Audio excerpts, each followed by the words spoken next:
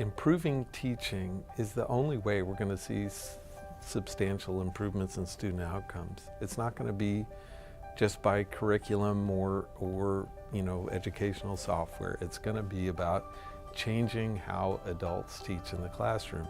And I'm convinced that the most productive route for doing that will involve video. I think we saw that in order to make this work, it has to come from the teachers, it has to come from the grassroots movement. It can't just be a research paper coming out and saying like, hey, this thing works, here's what we saw.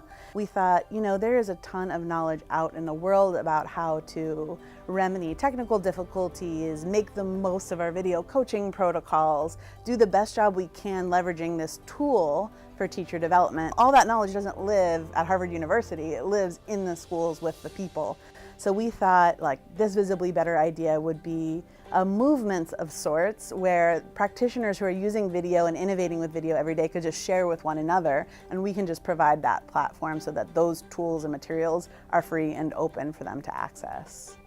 So hopefully, the use of video in improving teaching spreads. That's the whole point of Visibly Better, is to try to accelerate and spread the use of video in classroom observation, teacher preparation, professional development. I think it's also meant to be a dynamic resource or a dynamic home. Here are the protocols, here are the technologies. You need a dynamic living platform that can showcase all of the new technologies and new practices that are happening all the time. Because as the field uses this more and more, they're getting better at better, and there are new resources and new innovations that we need to be sharing. Video is just a tool, and if we use that tool really well, we can break open the classroom and make education a field where professionals get to share the best of what they do with one another, and that is the future of education. I think we have to be honest about the magnitude of the behavior change that's going to be required. I think there's a lot of professional development out there that we know is not improving student outcomes.